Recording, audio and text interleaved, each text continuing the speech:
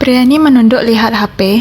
Tiba-tiba di jalan ada seekor anjing. Dia terkejut, membanting setir menghindar dari anjingnya. Dia melihat ke belakang, tiba-tiba satu orang langsung ditabrak. Anton ketakutan, dia turun mobil memeriksa, menemukan orang itu sudah meninggal. Dan mayat itu bermata satu. Saat dia bingung, satu mobil polisi datang dari kejauhan. Dia segera menyembunyikan mayat ke tumpukan sampah dan menghalanginya dengan mobil. Mobil polisi lewat, jantungnya mencelos. Takut masalah ini terungkap, untung polisi tidak sadar berbalik dan pergi. Dia menarik nafas panjang, berpikir untuk tidak melakukan apa-apa, langsung menyimpan mayat ke bagasi, bersiap menghapus jejak. Dan lebih sialnya, baru jalan sedikit, bertemu dengan polisi memeriksa mobil. Awalnya ingin pakai identitas polisi untuk melewati pemeriksaan, tapi kartu pengenal ketinggalan di kantor. Dia dengan alasan ibu meninggal buru-buru ke pemakaman, minta polisi melonggarkannya. Awalnya polisi ingin melepaskannya, tapi tiba-tiba melihat kaca depan ada retakan, curiga ada kecelakaan. Segera menyuruhnya turun mobil untuk pemeriksaan. Saat ini Anton mulai panik. Beberapa kali salah melaporkan nomor polisi sendiri yang membuat polisi curiga. Satu polisi bersiap memeriksa bagasinya. Melihat masalah akan terungkap, dia segera ke sana berantem dengan polisi. Anton adalah polisi kriminal. Keterampilannya bagus, menaklukkan beberapa polisi, tapi sendiri juga kena pukulan. Sisi lain, identitas Anton sudah selesai diperiksa. Anton dengan arogan mengajari polisi itu. Kemudian menarik mayat pergi. Anton akhirnya tiba di aula berkabung. Saat mengadakan pemakaman untuk ibunya, polisi internasional datang, interogasi dia. Ternyata Interpol meragukan timnya, ada yang melindungi vendor narkoba, dan di tablet Anton menemukan transaksi aneh, jadi kemari untuk memeriksa. Untung ketuanya membantunya.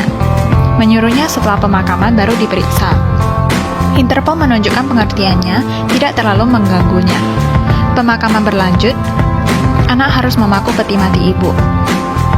Sebanyak 4 paku. Setelah memaku yang terakhir, tiba-tiba muncul rencana penyembunyian mayat. Pria ini membuka peti mati ibunya, lalu memasukkan satu mayat. Bersiap besoknya dimakamkan bersama, dengan begini bisa hapus jejak.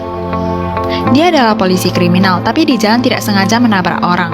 Untuk menutupinya, dia membuka saluran ventilasi, memasukkan mayat dari saluran ventilasi. Diikat dengan tali, sebelahnya diikat ke mainan yang bisa bergerak. Menggunakan remote untuk menarik talinya. Dia mengambil seikat balon berjalan di pintu kamar mayat, menyuap administrator, baru membiarkan dia menemani ibunya sebentar. Tapi sebelum jam 1 harus pergi. Setelah admin pergi, dia segera mengunci pintu. Berjalan di bawah CCTV melepaskan balon. Pas menghalangi CCTV, lalu naik ke atas peti mati, menarik mayat yang di saluran ventilasi, lalu menggunting tali sepatu dengan kuat membuka paku peti mati. Lalu menggunakan remote tarik tali, tapi saat mainan merangkak, keluar tangisan bayi yang besar. Suster luar mendengar suara tangisan. Kiranya ada hantu, segera panggil Satpam. Satpam tidak bisa buka pintu, menyuruh orang di ruangan CCTV cek. Menemukan CCTV dihalang, jadi menyuruh rekan mengambil kunci kamar. Pria menggunakan tenaga tarik talinya, mayat berat. Dia berusaha menarik mayat masuk, lalu menyimpan mayat di peti mati. Memakunya, pasang saluran ventilasi, ikat tali sepatu berhasil. Tapi di dalam peti mati tiba-tiba ada suara HP. Ternyata tubuhnya ada HP. Untungnya, suara HP berhenti saat Satpam membuka pintu. Melihat tidak ada yang aneh, menyuruh Anton pergi. Besoknya peti mati dikubur, Anton menghela nafas. Terakhir mengurus mobil yang rusak. Dia melihat ada mobil polisi berhenti di tepi, jadi dengan beresiko injak rem menabraknya. Mobil bisa dengan lancar diperbaiki. Besoknya di pertemuan polisi, Anton sadar yang dia tabrak adalah vendor narkoba yang diincar Interpol. Pagi-pagi bekerja, Anton menerima panggilan misterius. Kebanyakan berkata melihat sendiri Anton menabrak vendor narkoba dan menghapus semua jejak. Dan tujuannya malah ingin dapat mayat vendor ini. Jika tidak seperti ini, maka akan lapor masalah penabrakan ini. Anton tidak bisa apa-apa dan setuju mengendarai ke pemakaman ibunya. Malam hari, seorang pria menggali kuburan ibunya dan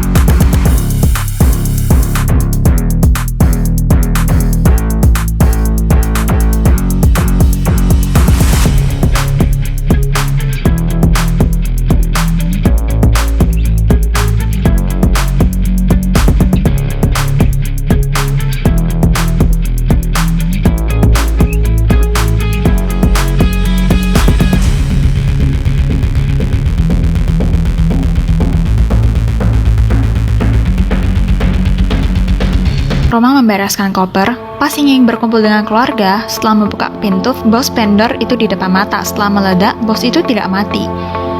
Dia beneran tenggelam 6 menit di air, baru kabur. Begitu bertemu langsung bertarung. Bos itu duluan menaklukkan, mengambil panci datar memukul Anton ke lantai, lalu mengambil tongkat golf pukul lagi. Mendorongnya dan rak buku menekannya.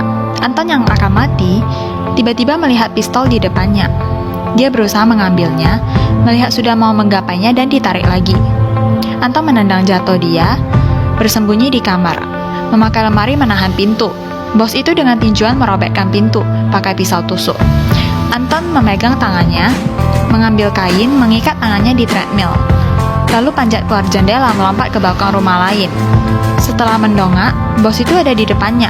Melalui pertarungan lagi, Anton bukan lawannya. Melihat sudah mau dibunuh bos itu, tangannya akhirnya menggapai pistol. Satu tembakan matikan bos itu. Sedangkan Anton yang berjasa, setelah berurusan dengan ketua dinyatakan tidak bersalah. Dia membawa istri dan anak liburan ke tepi laut. Tiba-tiba teringat kartu vendor narkoba, lalu sesuai alamat di kartu menemukan tempat emas. Di dalamnya penuh dengan uang. Anton karena masalah sepele, malah menyebabkan kecelakaan dan tragedi yang tak terkendali. Itu semua karena salah langkah. Jika awalnya dia lapor polisi dan menyerahkan mayat, maka tidak akan ada masalah selanjutnya. Tapi terakhir Anton sadar dan menyerahkan uang haram. Akhirnya memberi cerita ini tanda titik.